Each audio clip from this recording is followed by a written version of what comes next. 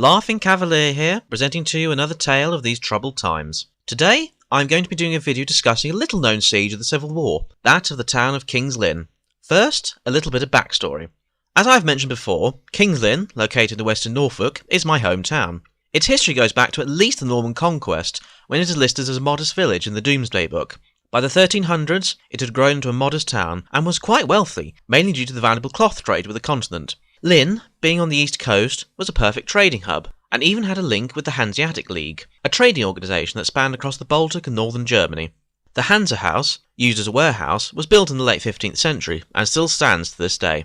The town, up until 1537, was actually known as Bishop's Lynn, that is until the Reformation, when the king renamed the town to King's Lynn, also referred to as Lynn Regis in some sources of the 16th and 17th centuries. By the 1600s, trade with the Americas was starting to become more profitable, but Lynn was still a wealthy and important trading port, so much so that King Charles I ordered the construction of St Anne's Fort to protect the town from piracy. Some of its walls are still visible today. When the English Civil War broke out in 1642, the whole country was divided. Generally, the less wealthy western and northern parts of the country sided with the king, whilst those eastern and southern regions, who had more wealth and more aligned to the Presbyterian and Puritan views, sided with Parliament. However, there were plenty of enclaves behind the lines. In Wales, despite the bulk of the population supporting the king, Pembroke Castle and the surrounding area declared for Parliament. The town of Manchester, surrounded by Royalist territory, also sided with the parliamentarians, and in East Anglia, although being a parliamentarian stronghold, there were still men loyal to the king. When the war broke out in August 1642, the town tried to remain neutral. However, that did not mean it was business as usual. Barrels of gunpowder were brought into the town, and every citizen was allowed to purchase 2 or 3 pounds of powder to keep in his house ready for the common defence. During this time, Lynn was represented in Parliament by 2 members, John Percival and Thomas Toll. They were both Puritans, and were keen for the town to declare for Parliament, sending orders that Royalist sympathisers who gave money to the king should be arrested, and the local trained bands muster ready to fortify the town. These orders, though, were clearly not obeyed, since some plate was transferred to Oxford, which was presumably overlooked by the town council. The countryside around Lynn meanwhile was preparing for a coup to gain the town for the king. Most of the local gentry were firm royalists, most notably the Lestrange family of Hunstanton, led by Sir Hammond Lestrange, who had been a colonel in the Norfolk trained bands. Parliament had them marked, though, and had ordered their arrest, but, again, no action was taken by the local authorities. The Lestranges, meanwhile, offered £1,000 for the defence of the town, the beginnings of a royalist takeover.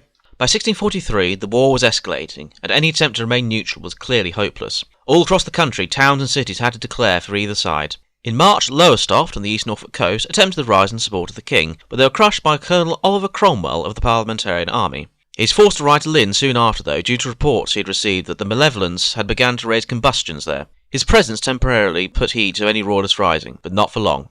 In May, another order was issued to the Mayor of Lynn and the Justices of the Peace. It demanded the arrest of Hammond Lestrange, his sons Nicholas and Roger, his grandson Nicholas, and his brother-in-law Sir Charles Mordaunt, but again, nothing came of it, and the royalist faction of the town continued to grow.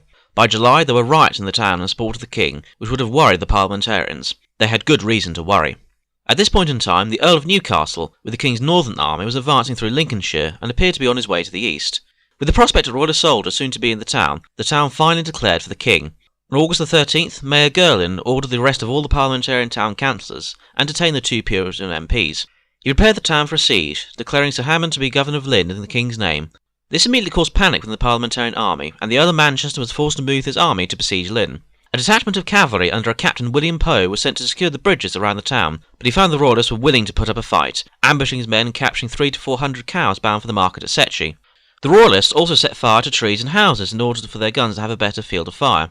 Captain Poe wrote that the royalists had threatened to cut him and his troopers as small as herbs to the pot, but he personally considered the royalists to be cowardly. In terms of the town's defences, Lynn at the time was a walled town, the town walls having been constructed in the 1520s during the reign of King Henry VIII. There were 2 gates into the town, the East Gate and the South Gate. We are very fortunate the South Gate still stands to this day, and it also gives us an idea of what the defences would have been like. The gate is made of red brick, and the walls would have probably been quite thick, meaning the town defences were fairly considerable. After Poe had secured the bridges, Manchester arrived with his artillery, which he set up on the west bank of the River Ouse, which allowed him to effectively shell the town from the rear.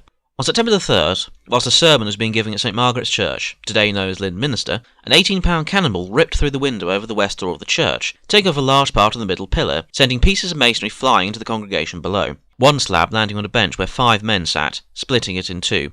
By some miracle, though, no one was seriously hurt. Manchester, though, was troubled. He had set up his headquarters at Secchi, but was having trouble finding men. He complained that the trained bands of Norfolk, Suffolk, and Essex that he had been sent for the siege were often sent with no arms, no clothes, no colours, and no drums, and that they were hardly likely to desert if there ever was a battle. By the 7th of September, though, the Parliamentarians were gaining the upper hand. The town's fresh water supply had been cut off, and the Roundheads were within musket shot of the town.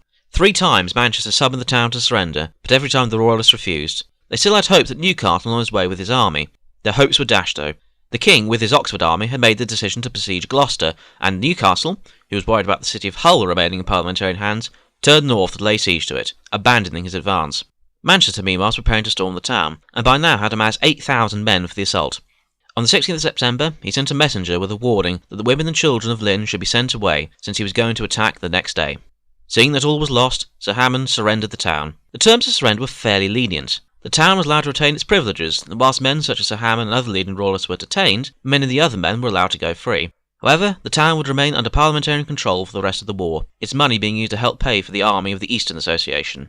Overall, during the siege, around 80 men on all sides were killed, many presumably during the initial skirmishing, although 4 men were reported killed in the preparations for the storming of the town, including 1 lieutenant who had his arm shot off by a cannonball. Had the town been stormed, though, the casualties would have been much higher. At first glance, the siege of Lynn may seem insignificant. However, had Newcastle marched with his army to Lynn rather than Hull, which he failed to take, he could have secured a vital port in East Anglia, one that could have potentially have been used as a springboard for a drive on London that, possibly, could have won the war for the king. The siege of Lynn, then, whilst not as pivotal to battles such as Marston and Naseby, remains an interesting siege and had the potential to change the course of the Civil War. Thank you for listening. This has been the Laughing Cavalier, wishing you a good day.